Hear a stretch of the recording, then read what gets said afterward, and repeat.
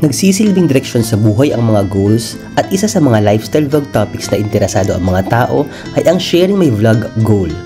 Maliit man o malaki, walang importansya dahil at the end of the day, doon ka sa kung saan ka masaya, di ba? Ikaw ba? May mga goals ka ba na hindi mo pa na-achieve?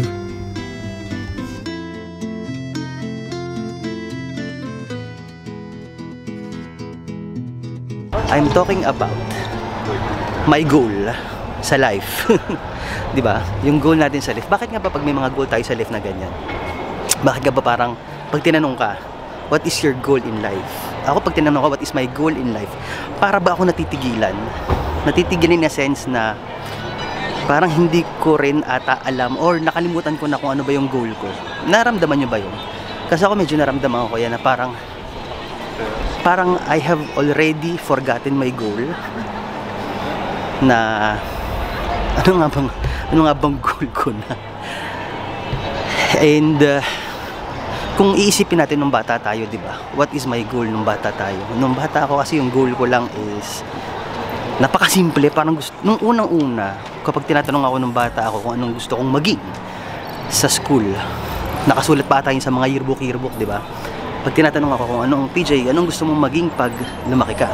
Ang lagi kong sinasabi that time is gusto kong maging doktor. Gusto kong maging doktor kasi may uncle kasi akong doktor. Actually hindi ko naman, uncle ko ba? Parang gano'n na, parang uncle ko nga. Kasi cousin siya ng dad ko. Si Dr. Katapang, shout out. Maraming salamat sa Kuya Rick kasi yung Kuya Rick yung ano. Si Dr. Katapang ang nag-asikaso sa mga lola ko sa Pilipinas kung pag may nangyayari sa kanila. Since wala nga kami doon para tingnan sila. Ayun nga, mega shoutout. Maraming salamat. Sana makabawi din kami sa'yo. At babawi naman talaga kami sa'yo. Dapat ako makabawi. Yung goal ko nung bata ako, napakasimple lang. As in, sobrang simple. Gusto ko maging doktor. Kasi nga, yung, di ba yung mga, o doktor, o abogado, di ba yan yung mga, piloto, ganyan ng mga ng bata. Ako talaga gusto ko maging doktor. Kasi, bakit nga ba? Parang parang maganda lang kasi yung itsura ng doktor, no? Kasi, tsaka lagi kasi ako na hospital nung bata ako. Dahil lagi ako na hospital nung bata ako, naging gusto ko talaga tuloy maging doktor. Parang, puging-pugi ako sa mga doktor na nung panahon yun. Alam nyo, maganda yung damit nila, maganda yung bihis nila, puting-puti, ang linis-linis, tapos nanggagamot sila mga may sakit. Parang nagustuhan ko yung peg na yun. Pero, habang lumalaki ako guys, na-realize ko, mahirap pala yun. It needs hindi lang parang pera eh. Kasi kung pera may iigapang naman, di ba? Totoo naman yun. But ang mahirap doon is yung batang magdodoktor ang magiging hirap na hirap doon dahil guys, sobrang hirap ng aral ng doktor and it will take you many years of studying, memorizing, studying. Nako, yun nga. Tapos na-realize ko, mahirap siya. So ang sabi ko na lang sa sarili ko, go na lang tayo, magpalit na lang tayo. Gusto ko maging, parang media ba? Gusto ko maging reporter. Yan talaga ever since ang aking, siguro nga I'm living my dream. Sa totoo lang, with this vlogging thing talaga ngayon, guys, sa totoo lang, I am living my dream. Kasi nung bata pa lang ako, gusto kong, after the doctor after do sa exam ng doktor, gusto ko talagang maging media man. Reporter, or gagawa ng documentary, lalo na yung panahon kasi namin yung eyewitness, yung mga panahon ni Cheche Lazaro, panahon ko yan pinapanood ko sa gabi. Even Loren Legarda, yung mga documentaries niya, yun mga talagang parang gustong gusto ko mag-documentary. Parang akmang-akma naman siya sa personality ko dahil madaldal naman ako, kita nyo naman. Wala akong hirap dyan, tapos wala naman akong stage fright, hindi ako nahihiya. Naging yun na lang ang dream ko nung medyo parang grade 5, grade 6 to high school. Kaya I pursued, alam niyo lahat ng extracurricular talaga. And then, when I was preparing for college na, I decided na developmental communication nga. Dahil, that's my dream. To cut the long story short guys, my dream was to become a media man, to become a reporter. Yun ang dream ko when I was a kid. And ngayon na hindi ko siya na-achieve dahil hindi ko siya natapos. Because I shifted to nursing, and from nursing hindi ko rin natapos kasi I came here in Italy na dahil my parents invited me para tumira dito.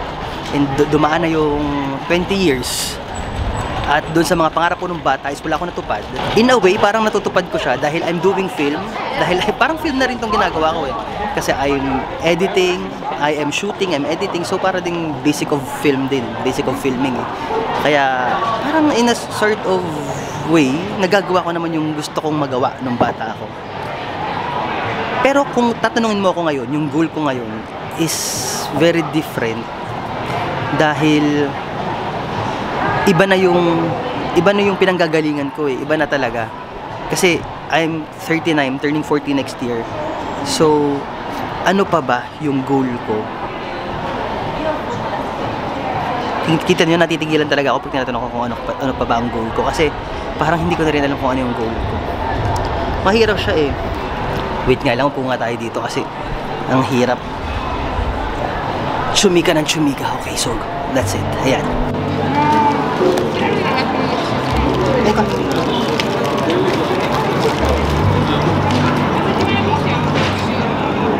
Guys, kita nyo kung gaano kahirap maging full dad.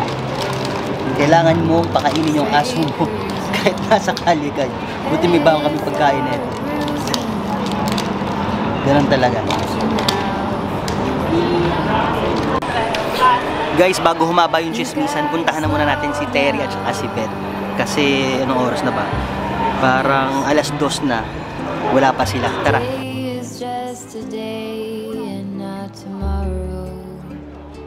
Guys, Diyos ko, sobrang daming tao. Paano natin makikita sila ano dito? At saka ilang floors tong building na to. Diyos ko, parang 1, 2, 3, 4, parang 4 floors ata yung Primark or 5 floors. Saan ko hahanapin dito si Terry? Ano na? Nakapag-shopping ka na? Oo. Yung isa, wala kang pinamili. Mayroon siya. Bakit sa Shalibet, oh? Bumili ako ng shoes, PJ, kasi masakit yung paa ko. Ano siya sa binili mo? Ayan, tag Tracy, kasi yan. Ah. Okay. Right now, pupunta naman kami sa trabaho ni Mark dahil magkakape muna daw kami bago kami mag-ikot-ikot. Kaya tara, magkape muna tayo dahil hindi naman ako umiinom ng kape. Hindi ko rin alam kung anong iinumin ko. Siguro juice na lang, no?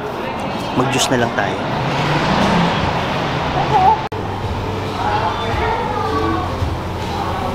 Hello! Kamal ko? Kamal ko? Alara, bakit sabi nila alas 5 daw ang labas mo? Sabi, alas 5 daw lang ako masasarado. Bakit daw? Ano daw meron? Eh, wala daw tao. Ah, okay. Masasarap naman ito, parang ano ba? Gusto daw nila ng kape eh. Ako ay juice. Anong juice meron? May apple juice ba dyan? Ano meron juice? Pineapple. Okay, di pineapple na lang. Okay. Okay, so ito ang aking mga kaibigan, si Terry at saka si Beth. Hi! And si Beth is yung, kung natatandaan nyo, pinuntahan namin siya sa Switzerland. Siya ang taga-Swiss. Talaga? Hi! Coffee tayo, guys. Coffee. Anong pinamili mo? Aray. Shoes. Bakit ka bumili ng shoes? Kasi sumakit ang aking paa. Ano ba dala mo, sapatos? Papakita natin yun. At ang sigit mo nakikita din. Sanay naman si Betty dyan eh. Sumakit ang So yung Dolce Gabbana, pinalitan mo ng Primark. Okay guys, so ayun nga, di ba naputol yung chismisan natin kanina tungkol sa ating mga goals. So andito tayo para pag-usapan yung ating mga goals. At ang goal ko is uminom muna ng juice dahil ang tagal nila kanina sa Primark, nakakaloka, Diyos ko. Pero at least, nakarelax naman ako dun sa labas. Anyway, ayun nga, for my goal, kasi nga 39 na ako, I'm turning 40 next year. Ang goal ko talaga, dun muna tayo sa short-term goals, ano? Yung short-term goals ko talaga, pangarap kong magkaroon ng isang decent watch. Kasi yung mga relo ko, mga regalo lang talaga sa akin yan. Ito, regalo sa akin ng mama ko. Yung talagang everyday kong ginagamit, regalo ng tatay ko. Tapos yung G-Shock ko naman, regalo ng kapatid ko. So, tapos parang sabi daw nila kasi dapat meron daw tayong decent watch. Kapag nasa 40s na tayo, pag medyo matanda na tayo, medyo kailangan na natin magkaroon ng decenteng relo. wala pa ako disenteng relo sa totoo lang. Ang dami ko relo, siguro ilang pieces ba yun? 6 na ata. Pero mga relo na, alam nyo yun, yung Excuse me, mga... 6 lang? 6 lang relo ko. Yan lang. Oo, 6 lang. Okay. 6 lang ang relo ko. Pero wala ako dong, kumbaga yung mga pangmalakasang relo. Yun. Pampinyagan. Ano bang mga gusto mong pangmala? Yun na nga, wala talaga akong, actually, gusto kong sabihin na hindi talaga ako mahilig sa Rolex, first and foremost. Never in my life na nagustuhan ko yung Rolex. Pero ang gusto ko talaga na magkaroon, one time, one day, siguro, Cartier na relo. Yun talaga pangarap ko. Mura lang yun. Yan. Yung sipo ko tumulo sa'yo. Hiyang-hiya naman kasi ako sa kasama ko. Gano'ng kayaman. Ito po. Anyway, ayun nga.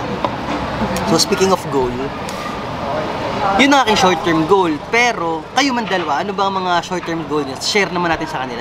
Oh, kayo naman na mag-share ng mga short-term goals niyo. Ako, short-term goals ko.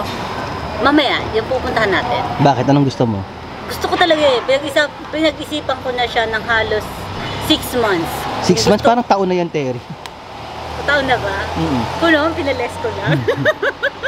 Alam mo yan. Alam ko yan, taon mo na yan gusto.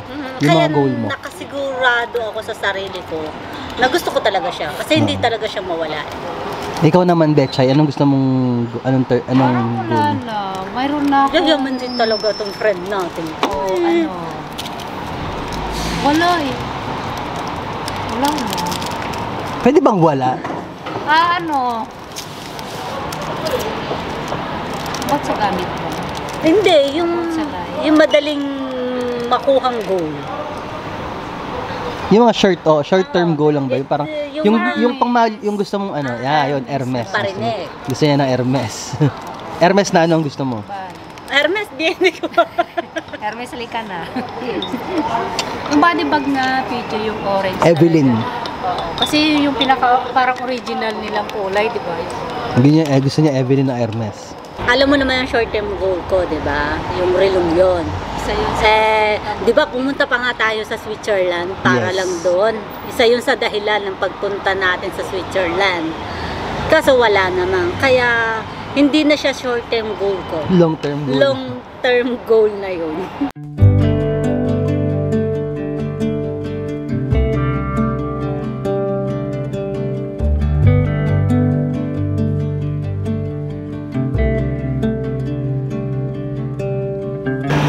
Ano? Wala. Bayad Wala na pa rin. yun. Bayad na yun. magpa-prenotate. Bawal. Hindi, Ayaw nila magpa-prenotate. no, pwede siya Pero magpa-prenotate. next year pa. Pero, Next year pa. puno na yung kanilang prenotazione. Kaya hindi sila nag-a-accept ng prenotazione. Grabe, no? Mag-a-accept uli sila sa January. Ang kuha noon ay sa 2025. My God, 2025? Yes. So may- No. 24. Bago ka pa magka-Rolex? Oo, isang taon ng Award. prenotazione.